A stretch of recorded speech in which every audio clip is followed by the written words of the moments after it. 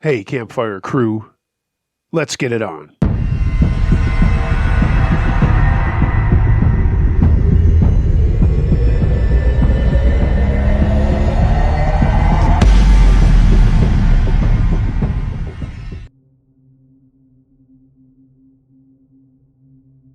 Can Someone Explain This? By Wanderboy07.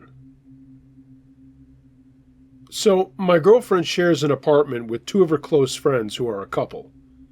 They live in a 2-story house with their apartment being downstairs and one other apartment upstairs. A couple of months ago, the upstairs apartment became vacant, and some time went by when one of her roommates talked to their landlord about renting the upstairs apartment to my girlfriend. That way, they all essentially would have the house to themselves. The landlord explained that someone was already paying rent in that apartment and had been for the past 2 months, which was strange because no one had been seen moving in at all in that time frame. A couple of months went by and still no one had moved in. However, footsteps were occasionally heard moving about upstairs. They sounded like consistent heavy footsteps of a person, yet no one ever saw anyone coming up or down, in or out of the house from the upstairs apartment, or even another car in the driveway, aside from the people's vehicles living there already. This is a detail that I noticed, and one of her roommates brought it up one time as well. And even my girl's dog has barked at the noises upstairs from time to time. Speaking of the dog, I've actually walked her around the property of the house myself, and there is absolutely no other entrance to the house but the front door, unless someone is climbing in through the upstairs window every time, which I highly doubt.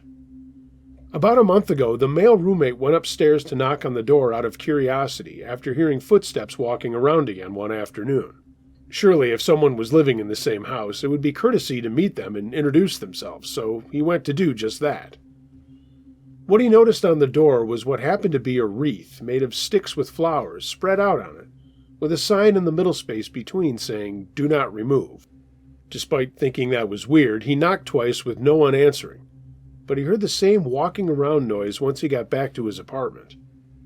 Aside from the occasional footsteps, nothing really bothered them, so my girl and her roommates just left it alone. Until 2 weeks ago, when they heard what sounded like running around in the upstairs apartment and thumps as if someone was falling on the floor. This freaked them out enough to call the landlord, which in turn called the police and arrived shortly before them. The landlord let the police into the apartment, but found nothing in there. As in, nothing. Like no one had even fucking been living there at all. The only item in the apartment, aside from the wreath on the door, was a bronze jar-like item in one of the closets of a bedroom. 2 days later, the female roommate came into the house at the same time that a random woman with dark hair, fairly attractive with a long brown coat, was there, holding the wreath in one hand and the aforementioned bronze jar in the other. The woman walked down the stairs from the apartment. She made zero eye contact with the roommate and had a very serious look on her face. She crossed the street without looking in either direction and got into a black car and drove away, never to be seen again. My girlfriend and her roommates have never heard the sounds of footsteps since.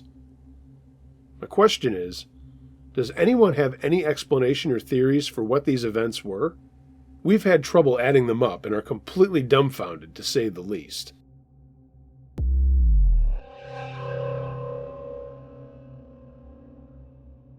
He Was Way Too Obsessive by Evie. You can call me Evie. I wanted to tell my story because it was absolutely terrifying at the time. It all started in the morning of February 14th, 2018. I was in middle school and the campus was buzzing with life. Guys were running around with gifts for their girlfriends, girlfriends gave gifts to their boyfriends, friends exchanged candies. All in all, everything seemed to be normal. I wasn't popular per se, but I knew everyone and everyone knew me. I preferred to hang around with a small group of close friends because being around too many people made me anxious. During lunch, I was hanging around my usual group of friends, which consisted of 2 girls, Alex and Mia, and 3 guys, Nico, Adrian, and Elijah. Valentine's Day of all days made me even more anxious because a lot of people would join our group because my friend Adrian attracted a lot of girls, and my friend Mia was such a sweetheart, and a lot of guys wanted to date her.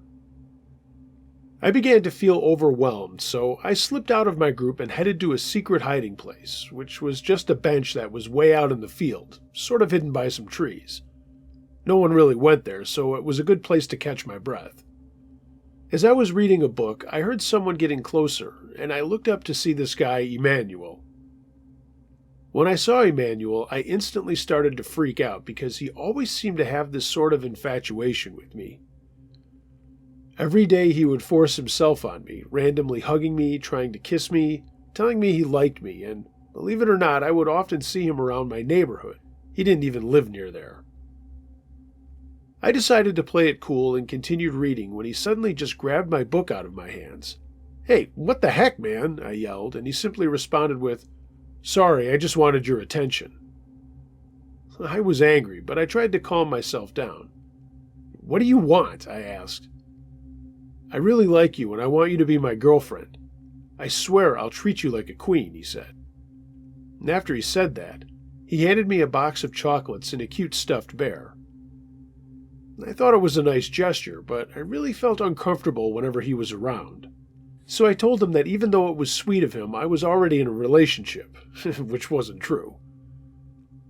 When the words left my mouth, he turned from being nice and calm to angry. He yelled at me, saying how dare I date someone that wasn't him. I tried to get up to leave, but he tightly grabbed my arm and forcefully kissed me, with tongue and all. It was gross as fuck. I tried pushing him off, but he was stronger than me, so I yelled for help at the top of my lungs, and he quickly covered my mouth. So I bit his hand and kicked him in the balls. While he was shocked, I broke free and ran back to my friends, and he yelled behind me saying how he would rape me and then kill me. Obviously, the duty guards heard this and immediately took action. I just wanted to get to the safety of my group, so I kept running until I bumped into Aiden. The rest of my group had separated in order to look for me when they noticed my absence. I hugged him and cried my eyes out. He comforted me until I was ready to talk, and then I told him everything when I was suddenly called into the principal's office. They wanted to know everything that had happened, and the police were called. It was a long day, and I just wanted to go home. After I told them what had happened, I was allowed to leave for home early.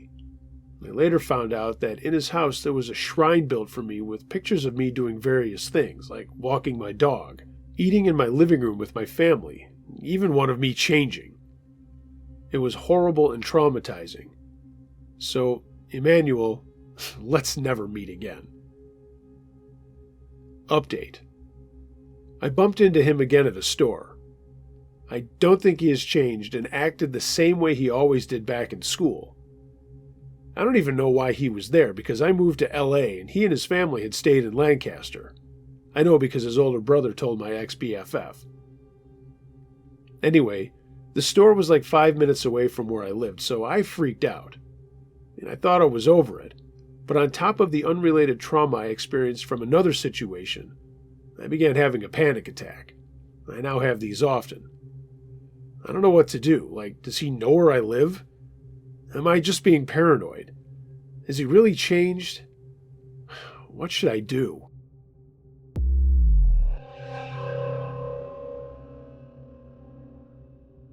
What Happened After, submitted by Devin O. This happened 10 years ago when I was 13. I grew up in the suburbs in a neighborhood with a lot of my close friends. It was a tight-knit neighborhood where everyone knew everyone, and all the parents, if not good friends, were on a first-name basis. We were given a lot of leeway as far as our free time because we usually just stuck around the neighborhood. It was situated right outside of our village where there was a boys and girls club we all hung out at, and a creek on the far side of the neighborhood that we all hung out at a lot too. These were the days before our partying in the woods and all that kind of thing.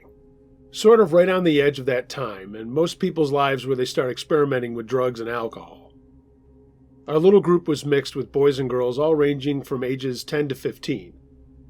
After that, most of the older kids hung out in their own group doing their own thing, which is the normal progression, I suppose.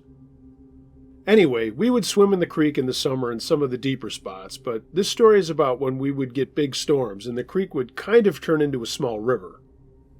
Most of the time in the summer, the creek was only about a foot deep or so, outside of the deeper swimming holes, so there was no lazy river rafting or anything like that. However, when it would rain, the water would rise up significantly, and there were lots of rapids, and us kids, being stupid, would get inner tubes and whatnot and get in the water to float down the creek. This was stupid for a lot of reasons. All of the rains and storms would send a lot of dead trees and branches down our way, and like I mentioned, the rapids would get a little crazy. Lots of big rocks on both sides of the creek as well as underwater. The normally tame water would turn into a torrent, and we would start at a bridge and let the fast-moving water carry us down to another bridge. We'd done it a bunch of times, and no one had ever gotten hurt, but almost every time someone had squealed to a parent, and we all got read the riot act of how dangerous and stupid it was to go in the water when it was that unpredictable. Strangely, we never got banned from hanging out at the creek. We just got yelled at for going down there when we knew it was a bad idea anyway, but still did it. The last time we did it is what I'm talking about now. There was a group of 6 of us: Jay, Ben, Carter, his brother Kurt, and Dakota. We were hanging out in Carter's basement just playing video games on a lazy summer morning and talking about what we were going to do for the rest of the day. That's when the storm came in, and we immediately got the idea, if the water got high enough, to go tubing. This set everyone in a scramble, running back to their houses in the rain to find their inner tubes and bring them back to Carter's house. He had a pump in the garage, and we could blow up all of our inner tubes there. All of our parents were at work, and while the cat's away, the mice certainly did play. We were getting fired up as the rain kept coming down, and said that as soon as the lightning and thunder stopped, we would go and check out the water and see if there would be enough to tube. The major part of the storm moved away and took the lightning and thunder with it, but it kept raining. Trying to keep a low profile so as not to let the other parents in the neighborhood know where we were going was pretty hard. The only way to get there was down the street, and anyone who looked out the window would see 6 kids carrying inner tubes. Wouldn't take a genius to tip them off where we were headed. But we took the risk, and no one noticed. I should mention that Carter's little brother Kurt was the youngest, and he was 10. God, it's giving me chills just thinking about this now. We got down to the creek, and sure enough, the waters were raging. Throwing caution to the wind and yelling excitedly, we got into the water slowly by the first bridge, and one by one pushed ourselves out into the middle of the creek. And again, one by one, we all zipped away, yelling and laughing as the current took us downstream. Every once in a while, somebody would fall off their tube and stand up as the water was deep enough to tube, but still shallow enough to stand up, maybe only knee or hip high. That was never the trouble. It was the current moving super fast that would just knock you over again, and even though it was dangerous, we were all laughing and making fun of each other as we fell off, climbed back onto our tubes, and made our way to the second bridge. When we all got there safe and sound, we sat on the side of the creek laughing and reliving the funnier parts of the trip where guys fell off and couldn't get back on their tubes, all that sort of thing. We talked about doing it another time, but someone walking across the bridge saw us and yelled at us that if we didn't get out of the water, he was going to call the cops. More than one of us yelled back the general teenage angst stuff of "fuck you, mind your own business," and all those kinds of comments. But we also didn't want to get busted, so we grabbed our stuff and began walking back to our neighborhood. This is when things went wrong. For some reason, Kurt and Carter were fighting. Kurt kept saying he wanted to go again, and Carter, being a bigger brother, was not wanting to hear his whining. He kept telling him to shut up and that we were going home when Kurt decided that he was going with or without any of us. Before we knew what we could do, Kurt jumped into the water with his inner tube and zipped down the creek. Carter started calling him names and telling him to get his ass out of the water, but even though we tried running after him, we lost sight of him at a bend in the creek about a quarter mile before the next bridge where we had just walked from. All of us dropped our inner tubes and ran alongside the creek to catch up to Kurt when we heard a muffled scream. With the water rushing as much as it was and the rain still coming down, it made it really hard to hear, but we clearly knew that he was in trouble. When we got around the bend, we couldn't see him. He was gone. I saw his inner tube floating quickly away and just yelled out, "Oh, shit!" At first we didn't know what to do. We all just stood there, until I can't remember who of the group said, "We gotta find him." Initially, Carter thought maybe it was all a joke and that Kurt had gotten on the other side of the creek and was hiding in some bushes trying to prank us. But it quickly became obvious that that wasn't the case. All of us were panicking, wading into the fast-moving water, looking for any sign of him. We were screaming his name and saying that it wasn't funny and to come out. Jay and I were walking together in the water, and I was kind of holding on to his arm. And that's when he bumped into something he knew was not a rock underwater. The muddy water was moving so fast he couldn't see anything, but when he bumped into whatever it was, Kurt's arm came up to the surface. We both started screaming and tugging at his arm. The other guys realized what was going on and came over to help, and we slowly dislodged Kurt from where he had gotten stuck. There was some faint blood trickling down his temple. Jay was in Scouts and knew first aid and CPR, and after we dragged Kurt onto the bank of the creek, he set to work trying to revive him. I didn't know what to do and just stood there dumbfounded while two of the other guys ran to get help. None of us had our cell phones with us. None of us brought them into the rain or the water. I'm going to skip ahead because I don't like to think about much of this, but I'll just leave it and say Kurt died. He was dead before we got him to the side of the creek. After the police, fire department, and paramedics got there and did their investigation, they determined that he most likely fell off his inner tube, went underwater and hit his head on some rocks, and then got stuck between a couple of them. He was only 10 years old. At first, our parents didn't yell at us. Everyone was just in shock over Kurt's death. Everybody was more numb. We knew what we had done was stupid, but none of us thought anything bad like this was going to happen. The police asked a ton of questions, and our parents all came home from work. And like I said, at first it was a lot of crying and sympathy. But later, the anger came out pretty freely after the initial shock. That night, I lay on my bed just bawling my eyes out. I was so upset that Kurt had died, but still in a state of shock that it was me and Jay who found him. I don't know if anyone listening to this has ever had a friend die like something like this, or if they've ever found a dead body, but I tell you, it's something that stays with you for the rest of your life.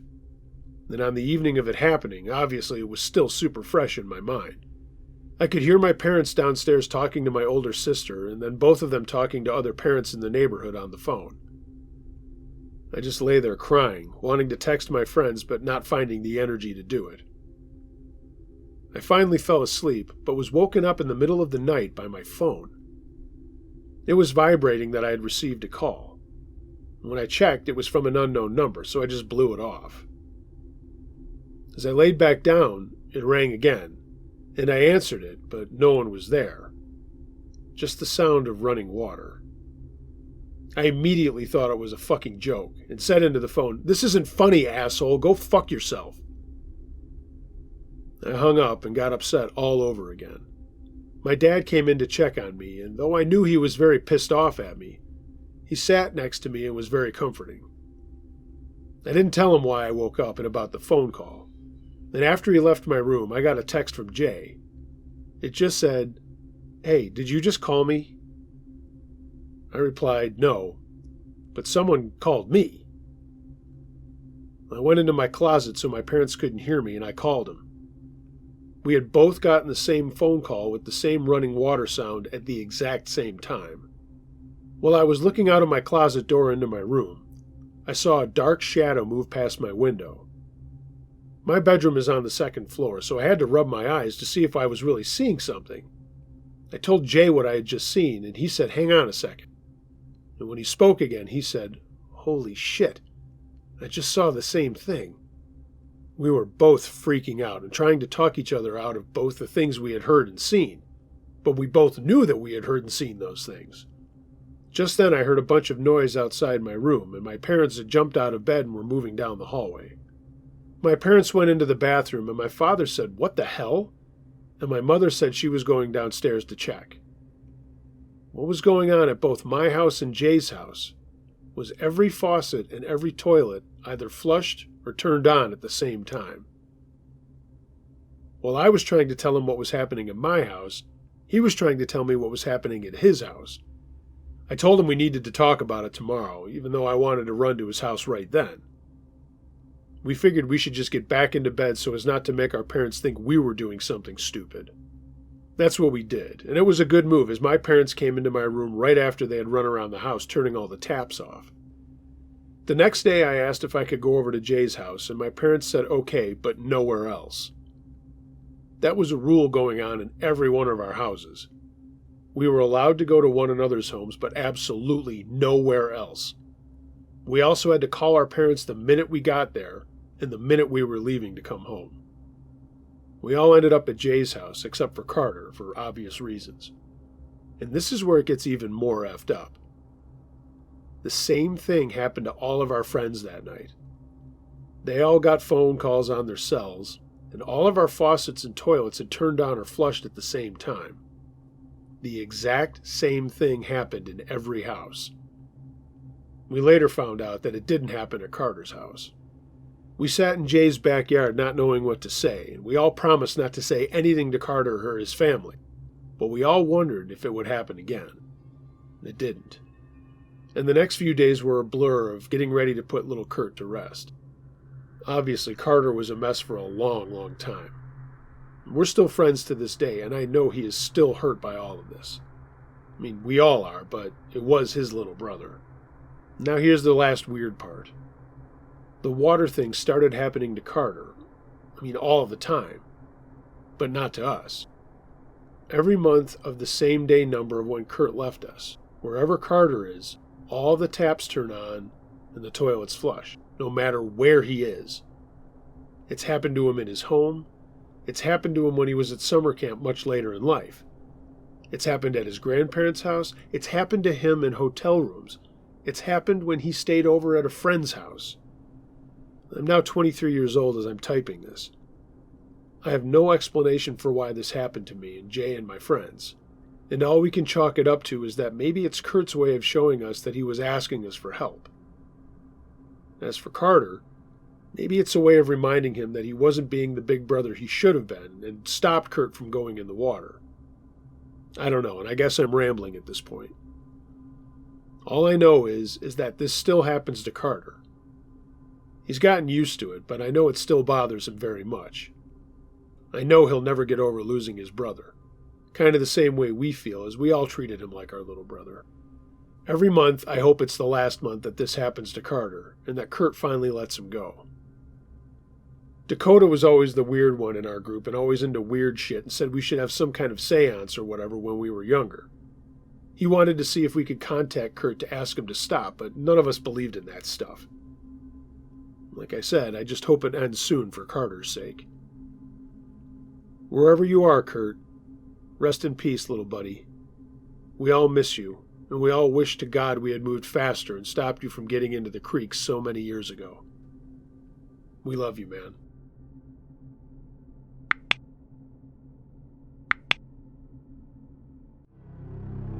Hey gang, thanks for listening to this episode of Uncle Josh's True Scary Stories.